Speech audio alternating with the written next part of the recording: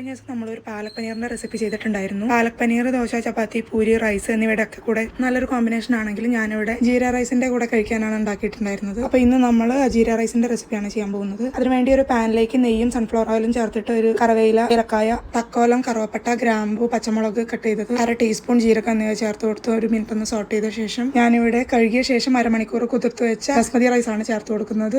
Jeera rice തയ്യാറാക്കുമ്പോൾ കായമ അരിയേക്കാളും basmati rice ആണ് നല്ലതെന്ന് തോന്നിയിട്ടുണ്ട്. ബസ്മതി റൈസ് ചേർത്ത് കൊടുത്ത് 2 മിനിറ്റ് ഒന്ന് സോട്ട് ചെയ്ത ശേഷം ഇതിലേക്ക് ആവശ്യത്തിനുള്ള വെള്ളം ചേർത്ത് കൊടുക്കാം. ഞാനിവിടെ 1 കപ്പ് റൈസിന് 2 കപ്പ് സാധാരണ വെള്ളമാണ് ചേർത്ത് കൊടുക്കുന്നത്. വെള്ളം ചേർത്ത ശേഷം ഇതിലേക്ക് ആവശ്യമായിട്ടുള്ള ഉപ്പും കൂടെ ചേർത്തൊന്ന് മിക്സ് ചെയ്ത് കൊടുത്തിട്ട് ഇതൊന്ന് കവർ ചെയ്തിട്ട് കുക്ക് ചെയ്തെടുക്കാം. കുക്ക് ചെയ്യുമ്പോൾ തീ ലോ ടു മീഡിയം ഫ്ലെയിമിൽ വെച്ച് കുക്ക് ചെയ്തെടുക്കാൻ വേണ്ടി ശ്രദ്ധിക്കണം. ഒരു 10 to 15 മിനിറ്റ്സ് ആയപ്പോഴത്തേക്കും നമ്മുടെ ജീര റൈസ് ഇവിടെ റെഡി ആയിട്ടുണ്ട്.